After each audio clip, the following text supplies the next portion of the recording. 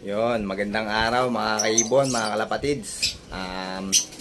May panibagong topic na naman po tayo ngayong araw na to, no? May tanong po sa atin si Sir John Kenneth Babiano. Ang tanong niya po, paano daw malalaman kung matured na ba yung African lovebirds? At saka kung may markings daw ba sa pag nagmamatured.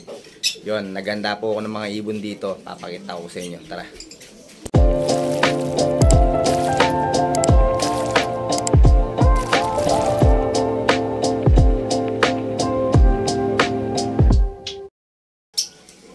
So guys, unahin na natin tong sa green series natin, yung pinagkaiba ng matured tsaka yang etong matured, unahin natin sa tuka niya. Mapapansin nyo, pulang-pula na yung tuka niya, no? Ito namang yang, yun, light color siya. Hindi pa ganoon kapula yung tuka niya. Etong matured natin, nasa 10 months pataas na to. Di ko alam kung 12 months na yata to. Basta matured na siya. Proven na to, no? Ito naman, nasa 3 months to. Itong yang natin. Isa pang mapapansin nyo, yung sa size nila. Mas malaki tong matured natin, no? Yan, yung size niya, mas malaki. Kaysa dito sa yang natin na medyo maliit. Mapapansin nyo, medyo maliit siya. Pati yung ulo niya, medyo maliit lang, no? Yan, yung pinagkaiba sa appearance ng matured tsaka yang natin. Tapos kung mapapansin nyo, yung paa ng matured natin, ayan, kulukulubot na, no? Kumbaga sa kulukulubot na siya. Kumbaga sa tao, maraming parang kaliskis na yung paa niya. Dito naman sa yang natin, makinis yung paa niya.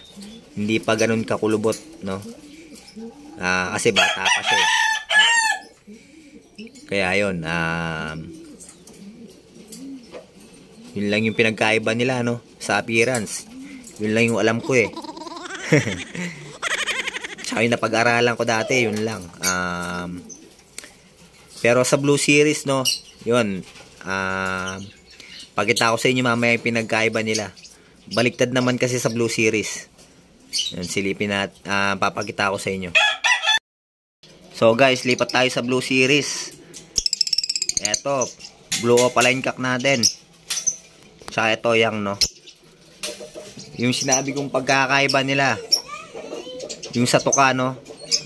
Habang tumatanda naman yung sa Blue Series, mas lalong naglalight yung color niya. Kabaliktaran sa Green Series, no? Sa Green Series, lalong nagda-dark.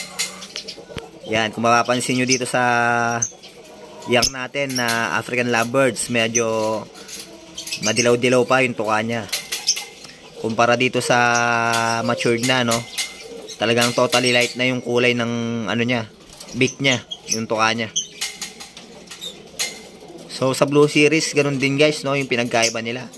Yung size, yun, mas malaki yung etong matured natin kaysa dito sa yang natin. Tapos kung mapapansin nyo yung paa niya, yun, no? Makinis pa, no?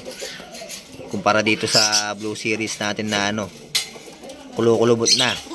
Marami ng kaliskis yung paa niya. Habol ko pala guys, no? Eto, yung sa mata pala, base lamang po sa research ko, no? Mas maliit pa yung eye-ring nung mata nung yang natin kaysa dun sa matured natin. Yun, kung makapansin nyo yung matured na natin, no? Dali lang, natin yan. Mas malaki yung eye-ring niya, yung paligid ng mata niya, yung puti. Mas malaki siya kaysa dito sa yang natin na mas maliit yung eye-ring. Manipis pa lang. Yun, makapal na yung eye-ring niya. So guys, yun lang yung pinagkaiba ng natin, no? Ng base lang sa appearance ng mga African lovebirds natin. Yun lang yung pinagkaiba nila. Sa Par Blue naman guys, ganun din, no? Sa Par Blue, mas lalong nagda-dark yung beak niya kapag tumatanda na siya. Pagbata pa, light pala yung color nun. Light orange. Pag nagmamature na siya, yun, parang the dark orange na yung tuka ng ano, ng Power Blue, no, sa mga Power Blue series. Yun guys. So yun lang guys yung ano, no, alam natin sa pinagkaiba ng matured tsaka yung na ano, no, na African lovebirds. Base lamang yun sa ano, mga nakikita ko dito sa ibunan ko tsaka sa research ko na din dati, no. Napag-aralan ko yung ganun nga yung ano nila, yung pinagkaiba nila. Pero pag bibili kayo ng African lovebirds guys, dapat tanungin nyo kung ilang months na. Kasi yung African lovebirds, nagbabago yan ng appearance pagtungtong ng 4 months. Kaya yun, yung 4 months di pa matured yun. Pero sa appearance ng itsura niya, sa appearance ng itsura, sa itsura niya, no? Yun, nagbabago na yun. Unti-unti na nagbabago. Kaya akala mo matured na pero hindi pa. Kaya tatanungin nyo dapat yung pinagbilan nyo kung ilang months na yung mga African lovebirds na gusto nyo bilhin.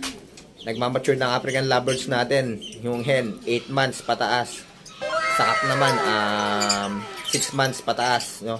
Base sa experience ko, ganun yung ano nila, edad nila pag nagmamature sila. So yun lang guys, no? Sana natanong natin yung question ni Sir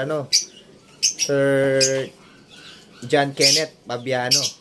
Maraming salamat sir at nagkaroon tayo ng magandang topic ngayong araw na to. Hanggang dito na lang yung vlog natin ngayong araw na to guys. Maraming salamat. Ingat and God bless mga kaibon, mga kalapatids.